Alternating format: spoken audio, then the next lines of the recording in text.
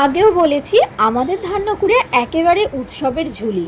আমাদের রাস উৎসব তখনও চলছে, মেলা তখনও চলছে, তার সত্ত্বেও কিন্তু আমাদের এখানে শুরু হয়ে গেছে আরও একটা মজাদার উৎসব, গাজন অথবা চড়ক উৎসব, যেটা সকলের রীতিমতো গাজন উৎসব হিসেবেই জানি।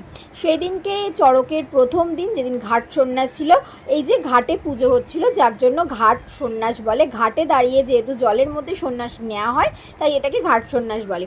এখানে প্রথমে ঠাকুরমশাই পুজো করেছিলেন, আর তারপর প্রত্যেকে সন্ন্যাসের জন্য নিজের গোত্র ত্যাগ করে শিবের গোত্র ধারণ করে। তার জন্য কিছু পুজো প্রক্রিয়া আছে, সেই সমস্ত কিছুই করা হচ্ছিল। দেখতেই থাকুন। বাবা তারো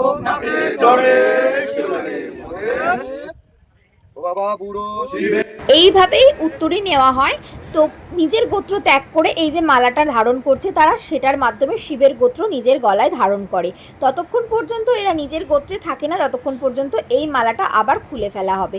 এই 3 দিন যাবত এই মালাটা তাদের গলায় থাকবে এবং তারা বিভিন্ন নিয়মের মাধ্যমে যাবে এবং রীতিমতো উপোস থেকে। আর আমাদের এখানে একজন উত্তরী নেয় মহিলা, যে দাসী উত্তরী বলে, যে কিনা সেই সমস্ত পুজোর গোছানোর দায়িত্ব থাকে।